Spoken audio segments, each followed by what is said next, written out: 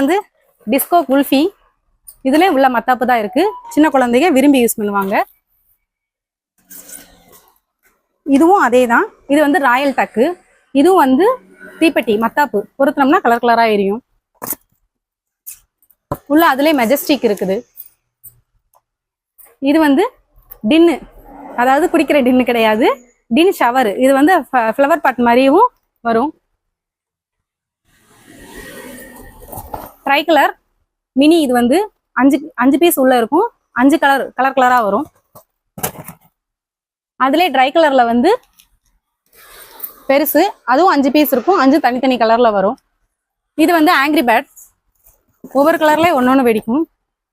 அந்தந்த கலர்ல வரும். ஃபவுண்டேஷன் மாதிரி வரும்.